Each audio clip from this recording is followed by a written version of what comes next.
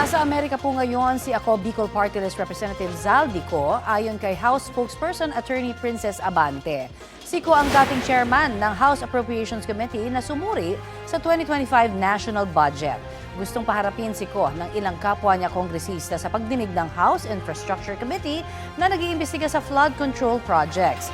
Ito'y para ipaliwanag ang mga isiningit na proyekto sa 2025 budget ng DPWH. Noong 1997, isa si Ko sa mga incorporators ng SunWest Incorporated na kasama sa top 15 contractors na may pinakamaraming flood control project sa bansa. Nag-divest na umano si Ko mula sa SunWest noong 2019 kung kailan siya unang umupo bilang Ako Bicol Party List Representative.